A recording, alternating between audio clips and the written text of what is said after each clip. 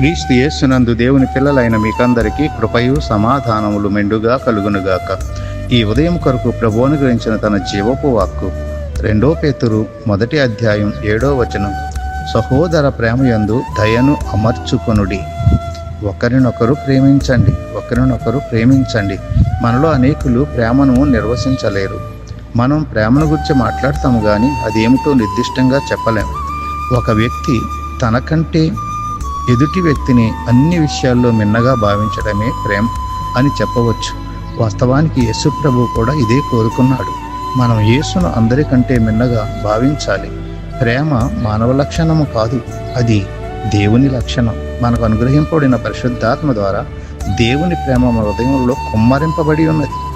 ఈ ప్రేమలో మనం ఉన్నట్లయితే దేవుని మనం కలిగి ఉన్నట్లే దేవుని లోకానికి చూపించవచ్చు.